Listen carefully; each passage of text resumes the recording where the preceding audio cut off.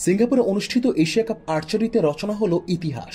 ছেলেদের রিকার্ভ ইভেন্টে বাংলাদেশের বিকেএসপির তীরন্দাজ আব্দুল আলিফ দেখালেন বাজিমাত।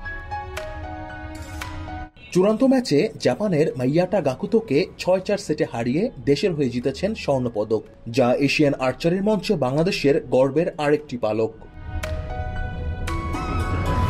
আব্দুল আলিফের তীর ধনুকের যাত্রা শুরু হয়েছিল বিকেএসপি থেকেই। ছোট বয়সে হাতে ধরা ধনুক আর লক্ষ্য বেঁধেছিল কেবল নিষ্ঠা, পরিশ্রম আর স্বপ্ন। বিকেএসপির প্রশিক্ষণ, নিয়মিত অনুশীলন আর অদম্য মানসিকতায় গড়ে তুলেছে আজকের আলিফকে। এশিয়া কাপের মতো মর্যাদাপূর্ণ আসরে স্বর্ণ জেতা সহজ কাজ নয়, কিন্তু আলিফের এই সাফল্য প্রমাণ করে বাংলাদেশের প্রতিভা যদি সঠিক পথ ও সুযোগ পায় তবে বিশ্বমঞ্চও জয় করা অসম্ভব নয়। অনুভূতি তো অনেক ভালো লাগতেছে, কারণ এই ফার্স্ট টাইম আমি আমার জাতীয় সঙ্গীত বাজাইতে পারছি বাইরের দেশে এসে ইন্টারন্যাশনাল কম্পিটিশনে। আর এটা আমার ফার্স্ট ইন্টারন্যাশনাল গোল্ড মেডেল আমার দেশের সবার জন্য আর কি। আমার লক্ষ্য আর কি 28 অলিম্পিকে মেডেল নিয়ে আসা, ভালো রেজাল্ট করা। এখানে এর ইয়াতে আর কি আমরা প্র্যাকটিস করতেছি, ওই ধারাবাহিকতায় আমাদের কোচরা, আমাদের যে স্যাররা, আমাদের যে ইয়ার আছে সবাই আমাদের ওইভাবে সহযোগিতা করতেছে আর আমরা ওইভাবে প্র্যাকটিস করে যাচ্ছি 28 অলিম্পিক নিয়ে।